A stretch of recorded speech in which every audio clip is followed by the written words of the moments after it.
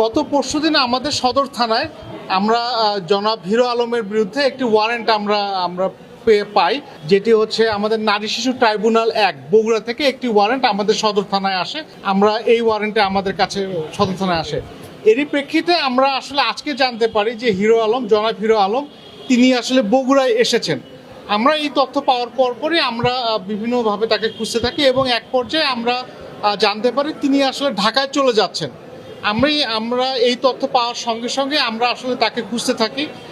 পরবর্তীতে আমরা তাকে মোবাইল তথ্য প্রযুক্তির সাহায্যে তার অবস্থান শনাক্ত করি এবং আমরা সদর থানার যে টিম, আমি নিজে সহ সদর থানার টিম সহ আমরা তাকে ধাওয়া করে আমরা শাহজাহানপুর থানার সামনে থেকে, অর্থাৎ ঢাকা বগুড়া আমরা হাইওয়েতে ব্যারিকেড দিয়ে আমরা তার গাড়িটাকে আটক করি এবং তাকে গ্রেপ্তার করি।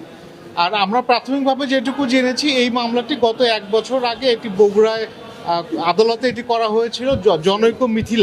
জনৈক মিথিলা সম্ভবত ওনার সহকর্মী, মিডিয়া সহকর্মী, তার বাসা সম্ভবত খুলনা।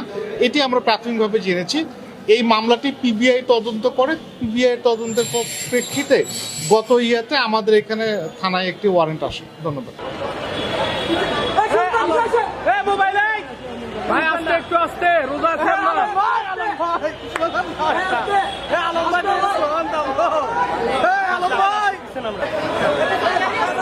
আমরা